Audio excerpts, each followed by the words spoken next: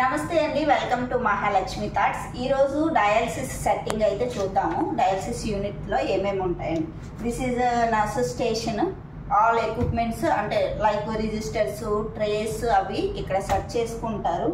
ఇక్కడ sterile sets, డయాలసిస్కి మనం sterile sets ఏమైనా తెచ్చి పెట్టుకోవచ్చు. మెడికేషన్స్ అవి ఇక్కడ పెట్టుకుంటారు. This is beds, dialysis beds. Bed సైడే suction jar, oxygen if patient required oxygen వెంటనే పెట్టడానికి సెంట్రల్ లైన్. ఎనీ సెక్రెషన్స్ వస్తే మనం సక్షనింగ్ చేయడానికి. This is dialysis machine. ఇక్కడ వీళ్ళు డయాలసిస్కి యూజ్ చేసే ఆర్ఓ వాటర్ ఇవన్నీ కూడా సెట్టింగ్ ఉంటుంది కంప్లీట్లీ.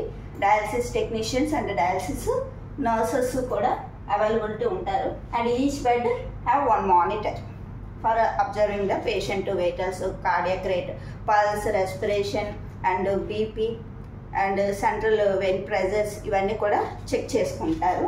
ఇవన్నీ కూడా ఈచ్ బెడ్కి dialysis machine, oxygen and suction jar. దీంతో పాటుగా మనం ఎన్విరాన్మెంట్ అంతా క్లీన్గా ఉండేలా చూసుకోవాలి. డయాలసిస్ అయినంతసేపు కూడా పేషెంట్కి క్లోజ్ అబ్జర్వేషన్. అండ్ ఫైనల్గా డయాలసిస్ అయిపోయిన తర్వాత biomedical waste management important. And dialysis రూమ్ని ఫ్యూమిగేట్ చేయడానికి ఇది fumigation room machine.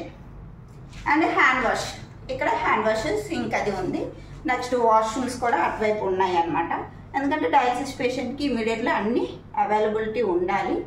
And intubation trays and medications, drugs అన్నీ దగ్గరగా పెట్టుకోవాలి. అంటే వాళ్ళ సిచ్యువేషన్ ఏ టైంలో ఎలా ఉంటుంది అనేది తెలియదు కాబట్టి అన్ని arrangements, intubation and crash cards, drugs everything రెడీగా పెట్టుకొని డయాలసిస్కి పేషెంట్కి కండిషన్ ఎక్స్ప్లెయిన్ చేసి, ప్రొసీజర్ ఎక్స్ప్లెయిన్ చేసి డయాలసిస్ అనేది స్టార్ట్ చేయాలి. This is setting for dialysis. Thank you.